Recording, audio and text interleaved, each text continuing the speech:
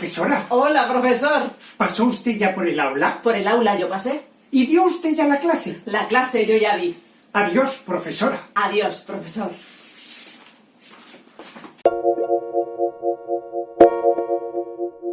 Lo mismo a él. Lo mismo a ella.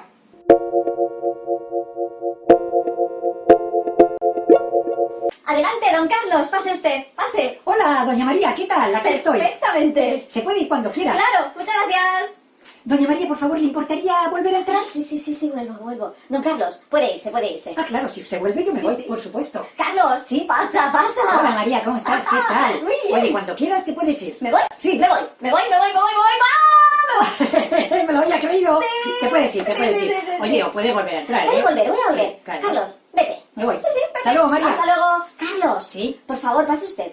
Ah, aquí estoy, doña María, encantado de volverla a ver. Claro que sí. Se puede ir si quiere. Me voy a ir, aunque no quiera. Ah, estupendo. Doña María, por favor, ¿puede volver a entrar? Voy a volver a entrar porque quiero volver a entrar. Es usted maravillosa. Y usted también. Oh, me voy, doña María. No, quédese. ¿Me quedo? Sí, vamos a quedarnos los dos. Ah, sí.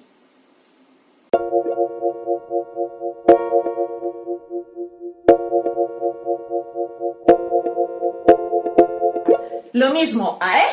Lo mismo a ella.